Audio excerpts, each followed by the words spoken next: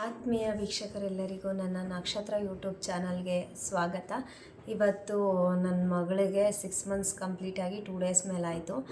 ಅವಳಿಗೆ solid food ಇನ್ನೂ ಕೊಟ್ಟಿರಲಿಲ್ಲ. ಇವತ್ತು ಅವಳಿಗೆ ಸಾಲಿಡ್ ಫುಡ್ ಕೊಡೋಣ ಅಂತ ಹೇಳಿ ರಾಗಿ ಸರಿ ಮಾಡೋಣ ಅಂತ ಹೇಳಿ ಹೊರಟಿದ್ದೀನಿ.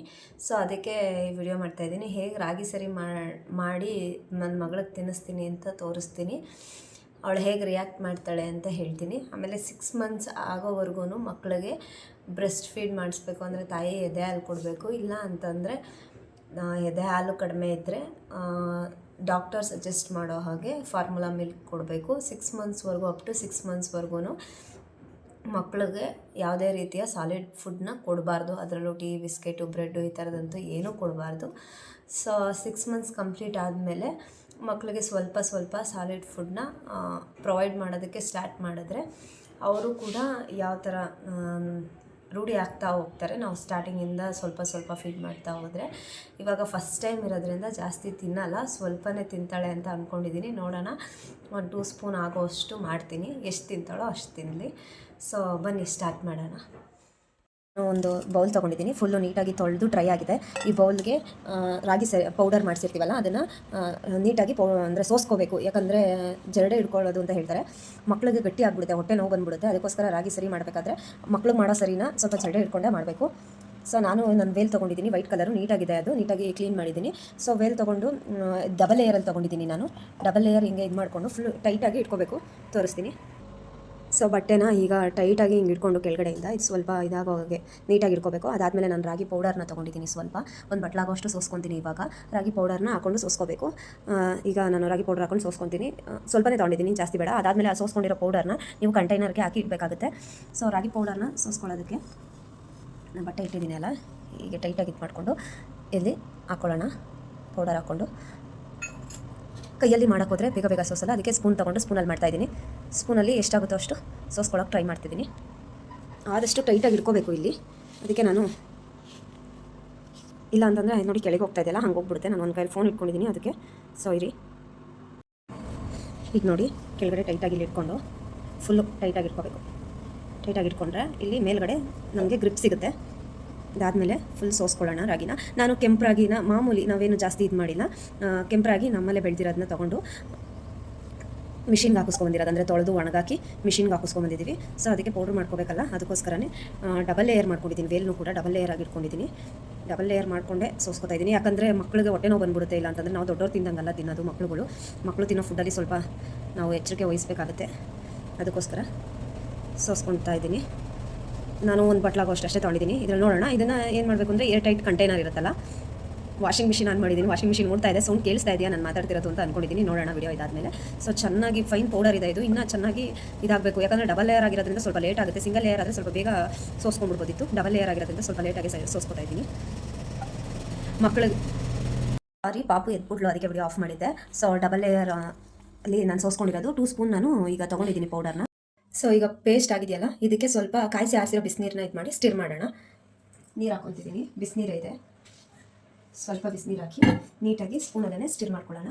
ಇಲ್ಲಿ ನೋಡಿ, ಗಂಟೆ ಆಗದೆ ಇರೋ ಹಾಗೆ ನೀಟಾಗಿ ಸ್ವಲ್ಪ ಕಾಣಿಸ್ತಿದೆಯಲ್ಲ, ಈ ಥರ ಸ್ಟಿರ್ ಮಾಡ್ಕೊಳ್ಳೋಣ. ನಾನು ಸ್ವಲ್ಪ ತೊಗೊಂಡಿದ್ದೀನಿ, ಹೇಳೋದಲ್ಲ 1 ಸ್ಪೂನ್ ಆಗೋಷ್ಟು. ಇವತ್ತು ತಿಂತಾಳ ಅಂತ ನೋಡೋಣ ಅಂತ ಹೇಳ್ಬಿಟ್ಟು. ಇವತ್ತು ತಿಂದರೆ ನಾಳೆಯಿಂದ ಕಂಟಿನ್ಯೂ ಮಾಡ್ತೀನಿ. ಸೊ ಇದು ಇಷ್ಟಿದೆ, ಗಂಟು ಆಗಬಾರ್ದು ಅಂತ. ಅದಾದಮೇಲೆ ಇದು ಸರಿ ಮಾಡೋಕ್ಕೆ ಅಂತಲೇ ಪಾತ್ರೆ ತೊಗೊಂಡಿದ್ದೀನಿ. ಸೊ ಈ ಸರಿ ಪಾತ್ರೆ ಇದು ಮಾಡ್ಕೊಳ್ಳೋಣ. ಇಲ್ಲಿಗೆ ಸ್ವಲ್ಪ ನೀರು ಹಾಕ್ಕೊಳ್ಳೋಣ. ಸ್ವಲ್ಪ ನೀರು ಹಾಕ್ಕೊಂಡು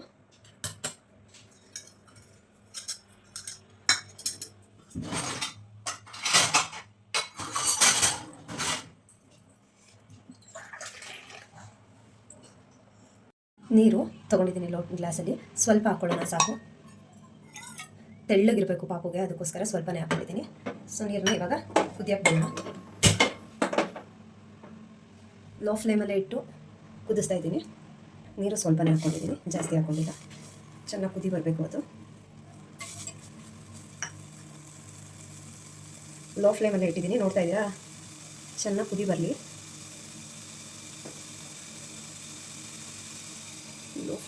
ಲೋ ಫ್ಲೇಮಲ್ಲೇ ಇಟ್ಟಿದ್ದೀನಿ. ಅದ್ರ ಬೇಗನೆ ಕಾಯ್ತಾ ಇದೆ. ಪಾಪಕ್ಕೆ ಸರಿ ಮಾಡೋಕ್ಕೆ ಅಂತಲೇ ನಾನು ಇದನ್ನು ತೊಗೊಂಡಿದ್ದೆ.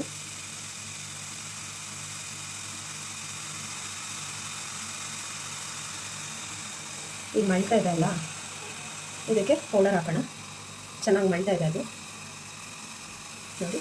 ಈಗ ನಾವು ಪೇಸ್ಟ್ ಮಾಡಿಕೊಂಡು ಪೌಡರ್ನ ಹಾಕೋಣ. 1 ಸ್ಪೂನ್ ಅಷ್ಟು ಹಾಕ್ತೀನಿ. ಸೊ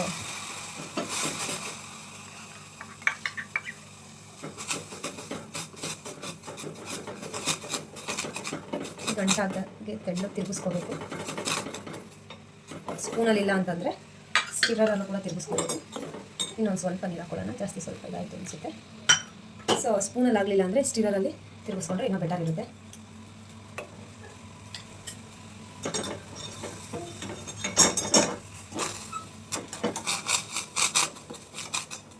ನೀಟಾಗಿ ಸ್ಟಿರ್ ಮಾಡ್ಕೋಬೇಕು. ಗಟ್ಟಿ ಆಗಬಾರ್ದು ಅದು. ಗಂಟಾದರೆ ತಿನ್ನಲ್ಲ ಮಕ್ಕಳು.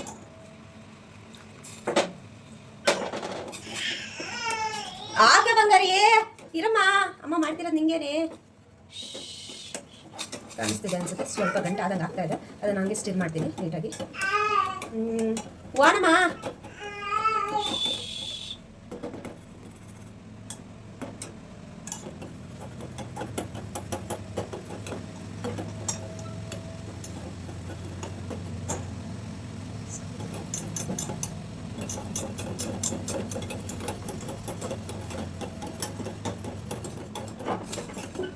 ಕಾಣಿಸ್ತಿದ್ಯಾ? ನಾನು ಮಾಡ್ತಿರೋದು ಇದು ಫಸ್ಟ್ ಟೈಮು ನನ್ನ ಮಗಳಿಗೆ. ನಾನು ಯಾವತ್ತೂ ಮಾಡಿ ತಿನ್ನಿಸಿಲ್ಲ. ನೋಡೋಣ ಹೇಗೆ ಬರುತ್ತೋ.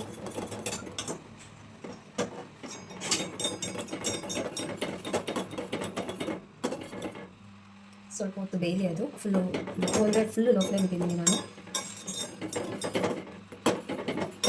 ಚೆನ್ನಾಗಿ ಸ್ಟಿಕ್ ಮಾಡ್ತಿದ್ದೀನಿ. ಗಂಟೆ ಏನಾದರೂ ಆಗಿದ್ರು ಹೋಗಿ ಅಂತಂದರೆ ಗಂಟಿಲ್ಲ ನಾನು ತಿನ್ಸೋಕ್ಕೂ ಆಗಲ್ಲ ಅವಳಿಗೆ. ಸೊ ಇದಕ್ಕೆ ಸ್ವಲ್ಪ ತುಪ್ಪ ಹಾಕೋತೀನಿ ನಾನು. ಸ್ವಲ್ಪ ತುಪ್ಪ ಹಾಕೊಳ್ಳೋಣ.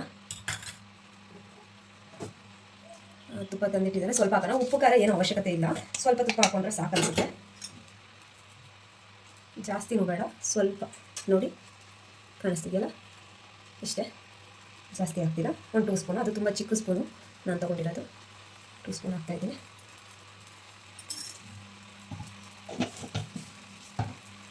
ಸೊ ಅದು ಚೆನ್ನಾಗಿ ಬೇಯಬೇಕು.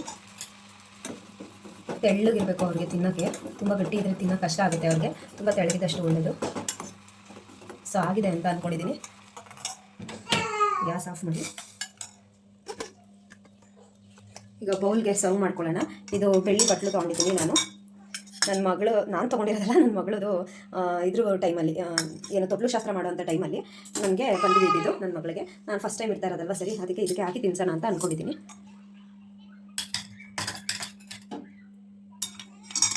ಕಾಣಿಸ್ತಿದೆಯಲ್ಲ ಆಗಿದೆ ಸರಿ. ಅದನ್ನು ನೀಟಾಗಿ ಇದಕ್ಕೆ ಟ್ರಾನ್ಸ್ಫರ್ ಮಾಡ್ಕೊಳ್ಳೋಣ.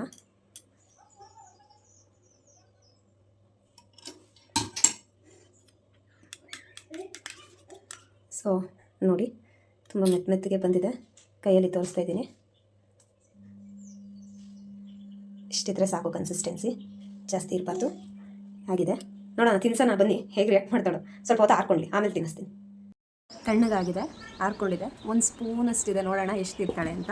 ಸೊ ಮಕ್ಕಳು ತಿನ್ಬೇಕಾರೆಲ್ಲ ಕರೆ ಮಾಡ್ಕೊತಾರೆ, ಅದಕ್ಕೆ ಈ ಥರದ್ದು ತರಿಸಿಟ್ಕೊಂಡಿದ್ದೀನಿ ನಾನು. ನೀಟಾಗಿರಲಿ ಅಂತ ಟ್ರೈ ಮಾಡ್ತಿದ್ದೀನಿ. ಡಿಂಪು ಊಟ ಮಾಡ್ತೀಯಮ್ಮ ಇವತ್ತು? ರಾಗಿ ಸರಿ. ಅಲ್ಲೋಡ ಅಲ್ಲಿ ಆಚೆ ಎಲ್ಲ ಫುಲ್ಲು ನೇಚರ್ ಚೆನ್ನಾಗಿದೆ. ನಮ್ಮ ಮನೆ ಸುತ್ತಲೂ ತೋರಿಸ್ಕೊಂಡು ಊಟ ಮಾಡ್ಸೋಕ್ಕೆ ಚೆನ್ನಾಗಿರುತ್ತೆ. ಇನ್ಮೇಲೆ ಹಂಗೆ ಆಚೆ ಕರ್ಕೊಂಬಂದು ತೋರಿಸ್ಕೊಂಡು ಇಷ್ಟಿಷ್ಟೇ ತಿನ್ನಿಸೋದು. ಬಾ ಬಂಗಾರಿ ತಿನ್ನು. ಅವನು ತಿಂತಿ? ಮಾಡು ಹಾಂ.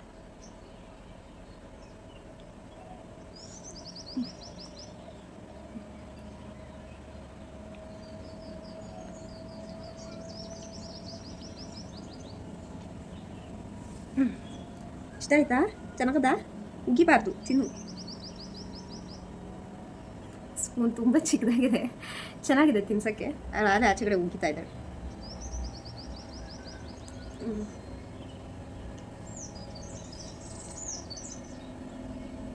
ಮಕ್ಕಳಿಗೆ ಊಟ ತಿನ್ಸೋದೇ ದೊಡ್ಡ ಸಾಹಸ. ಇನ್ನು ಮುಂದಕ್ಕೆ ಇದೆ ನನಗೆ. ಅಲ್ಲ ಬಂಗಾರಿ? ಮಮ್ಮಿಗೆ ಫುಲ್ಲು ಟಾರ್ಚರ್ ಕೊಡ್ತಾಳೆ ನೆಕ್ಸ್ಟು. ಚಿನ್ನಮ್ಮ ನೋಡು ಇಷ್ಟಿಷ್ಟೇ ತಿನ್ನು ನೋಡೋಣ. ಏಯ್ ಎಲ್ಲ ಉಗ್ದಲ್ಲೇ ಪಾಪ, ಅವಳೆಲ್ಲ ಉಗ್ದೇ ಬಿಟ್ಲು.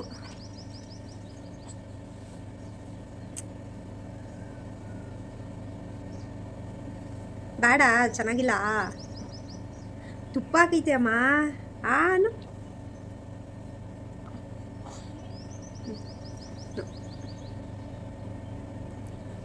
ಅಲ್ಲ, ತಿನ್ನಲೋ, ನೋಡು ನೋಡು, ಚೆನ್ನಾಗುತ್ತೆ ಪೊಂಗಲಿ, ತಿನ್ಬೇಕು. ಉಗಿತಿದ್ದಾಳೆ ಅವಳು ವಾಪಸ್ ಎಲ್ಲಾನು.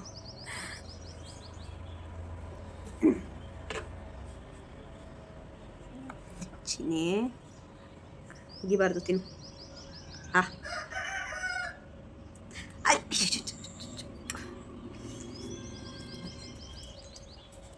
ಏಯ್ ತಲೆ ಹುಡುಗಿ, ನೀವು ನಾನು ತಿನ್ಬೇಕಾದ್ರೆ ಹಂಗೆ ಆಡ್ತಿದ್ರಲ್ಲ. ಏನು ಬಿ, ನಾನು ತಿನ್ಬೇಕಾದ್ರೆ ಸುಮ್ಮನೆ ಬಿಡ್ತಿದ್ದ? ನಾನು ತಿನ್ಬೇಕಾದ್ರೆ ತಟ್ಟೆ ಎಲ್ಲ ಎಳೆಯೋಳು. ತಿನ್ನು. ಅಲ್ಲದೆ ಗುಬ್ಬಚ್ಚಿ ನೋಡಿ, ಗುಬ್ಬಚ್ಚಿ, ನವಿಲು ಗುಬ್ಬಚ್ಚಿ ನೋಡಮ್ಮ, ಅಲ್ಲೋಡಮ್ಮ ಗಿಣಿ ಎಲ್ಲ. ನನ್ನ ಬಟ್ಟೆ ಎಲ್ಲ ಹೋಯ್ತು. ಒಂದೇ ಒಂದು ಸ್ಪೂನ್ ಆದರೂ ತಿನ್ನಮ್ಮ. ಮಾಡಿರೋದೇ ಒಂದು ಸ್ಪೂನ್ದು. ನೋಡಿ ಬಾಯಿ ಮುಚ್ಕೊಳ್ಳೋದು. ಮಾಡಿರೋದೇ ಒಂದೇ ಒಂದು ಸ್ಪೂನ್ದು ತಿನ್ನಬೇಕು. ತಿನ್ನವ್ರು ಯಾರು ಒದೆ ಬೀಳ್ತವೆ ತಿನ್ನಲಿಲ್ಲ ಅಂದರೆ. ಅಲ್ಲ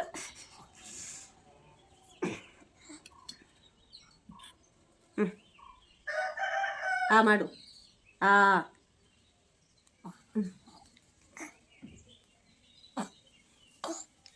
ಒಂದು ಸ್ಪೂನಷ್ಟು ತಿಂದಿಲ್ಲ, ತಿನ್ನು.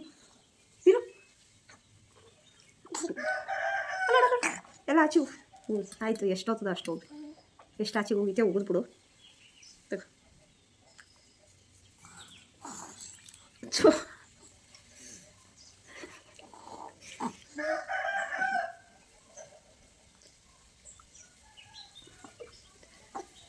ಚೆನ್ನಾಗಿಲ್ವಾ? ಟೇಸ್ಟು ಚೆನ್ನಾಗಿಲ್ವಾ? ಸಪ್ಪೆ ಉಪ್ಪು ಬೇಡ ಚಿನ್ನಿ ನಿಂಗೆ ಈಗಲೇ. ತಾಳಮ್ಮ ಮಾಡಲು.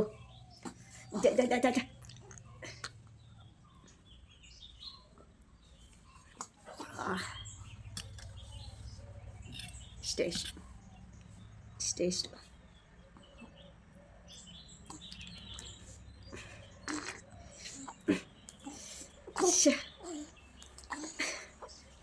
ಆಯ್ತು ಬಿಡಿ, ತಿನ್ಸಲ್ಲ ಬಿಡಿ. ಆ ಮೂತಿ ಒರೆಸ್ತೀನಿ ಅಲ್ಲೇ, ತಿನ್ಸಲ್ಲ ಬಿಡು. ಆಯಿತು, ಬೇಡ. ಚೂರು ನೋಡಲಿ, ಅಲ್ಲೋಡಲಿ ಗುಬ್ಬಚ್ಚಿ ನೋಡಲಿ. ಅಲ್ಲಿ ಚಿನ್ನಿ ಪಾಪ ಆ ಕಡೆ ಮನೇಲಿ ಅಣ್ಣ ತಿಂತಾನೆ, ಅಲ್ಲಿ ನೀನಿದ್ಯಾ?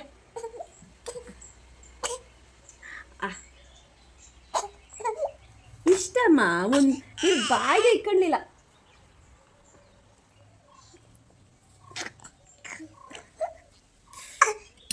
ನಾನು ಊಟ ಮಾಡ್ಬೇಕಾದ್ರೆ ಮತ್ತೆ ಯಾಕೆ ಎಳೆಯೋದು ನೀನು? ದೊಡ್ಡೋಳಾಗಿದ್ದಿ ಚಿನ್ನಿ ನೀನು. ತಿನ್ರಮ್ಮ.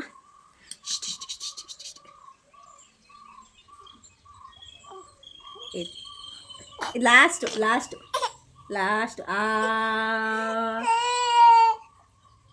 ಹೋಗು.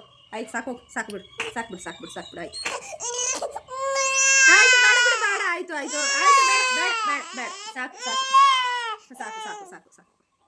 ಆಯಿತು, ಬೇಡ. ನೋಡಿದ್ರಲ್ಲ, ಮಕ್ಕಳು ಜಾಸ್ತಿ ತಿನ್ನೋದೇ ಸ್ವಲ್ಪ. ಯಾವ್ಯಾವ ಥರ ಮಾಡ್ಕೊಳ್ಳೋದು ಅಂತ ಹೇಳಿದ್ದೀನಿ. ಕೆಲವರು ಏನು ಮಾಡ್ತಾರೆ ಅಂತಂದರೆ ಜೀರಿಗೆ, ಮೆಣಸು, ಮೆಂತ್ಯ ಎಲ್ಲ ಹಾಕ್ತಾರೆ. ಇನ್ನು ಅವ್ರಿಗೆ ಅಷ್ಟು ಎಲ್ಲ ಜೀರ್ಣಿಸ್ಕೊಳ್ಳೋ ಶಕ್ತಿ ಇರಲ್ಲ. ಡಾಕ್ಟರ್ಸ್ ಹೇಳೋ ಪ್ರಕಾರ ಉಪ್ಪು, ಖಾರ ಎಲ್ಲ ವರ್ಷದವರೆಗೂ ಕೊಡಬೇಡಿ ಅಂತ ಹೇಳ್ತಾರೆ. ಅದು ಬಿಟ್ಟರೆ ಮಾಮೂಲಿ ರಾಗಿ ಸರಿ, ಫ್ರೂಟ್ಸು ಅದನ್ನು ಸ್ಮ್ಯಾಶ್ ಮಾಡಿ ಬೇಯಿಸಿ, ಸ್ಟೀಮ್ಡ್ ಆ್ಯಪಲ್ಲು, ಬನಾನಾ, ಸ್ಮ್ಯಾಶಡ್ ಬನಾನಾ ಇವೆಲ್ಲ ತಿನ್ನಿಸ್ಬೋದು. ಸೊ ಇವಾಗ ಸರಿಯಿಂದ ಸ್ಟಾರ್ಟ್ ಮಾಡೋಣ. ಮೊದಲು ಯಾವ್ದು ತಿಂತಾರೋ ನೋಡೋಣ. ಅವ್ರು ತಿಂತ ಕಂಟಿನ್ಯೂ ಮಾಡ್ತಾ ಹೋಗಿ. ನಿಮ್ಮ ಪಾಪಿಗೆ ಯಾವ್ದು ಇಂಟ್ರೆಸ್ಟ್ ಇದೆ ಅಂತ ಆದಷ್ಟು ಮಕ್ಕಳಿಗೆ ಊಟ ತಿನ್ನಿಸ್ಬೇಕಾದ್ರೆ ಕೂರಿಸ್ಬಿಟ್ಟೆ ತಿನ್ನಿಸ್ರಿ. ನನ್ನ ಮಗಳು ಕುತ್ಕೊತಿದ್ದಾಳೆ ಇವಾಗ ಒಂದು ಸ್ವಲ್ಪ. ಇನ್ನೂ ಒಂದು ತಿಂಗಳೋದ್ರೆ ಕರೆಕ್ಟಾಗಿ ಅವಳೇ ಎದ್ದು ಕುತ್ಕೊತಾಳೆ ಅನಿಸುತ್ತೆ. ಬಿಡೆ. ಇಷ್ಟ ಆಗಿತ್ತು ಇವತ್ತಿನ ವಿಡಿಯೋ. ರಾಗಿ ಸರಿ ಮಾಡ್ಕೊಳ್ಳೋದು ಹೇಗೆ ಅಂತ ತೋರಿಸಿದ್ದೀನಿ. ಸೊ ತೋರಿಸಿ ಒಂದೇ ಸ್ಪೂನ್ ತಿನ್ನೋದು, ಒಂದೊಂದೇ ಸ್ಪೂನ್ ತಿನ್ನಿಸಿ. Thank you for watching. ದಯವಿಟ್ಟು ಯಾರ್ಯಾರು ನನ್ನ ವಿಡಿಯೋಸ್ನ ಸಬ್ಸ್ಕ್ರೈಬ್ ಮಾಡ್ಕೊಳ್ದೆ ನೋಡ್ತಾ ಇದ್ದೀರೋ ಅವರೆಲ್ಲ ಸಬ್ಸ್ಕ್ರೈಬ್ ಮಾಡ್ಕೊಳ್ಳಿ ಅಂತ ಹೇಳಿ ನನ್ನ ವಿಡಿಯೋನ ಮುಗಿಸ್ತಾ ಇದ್ದೀನಿ. ಥ್ಯಾಂಕ್ ಯು, ಧನ್ಯವಾದಗಳು.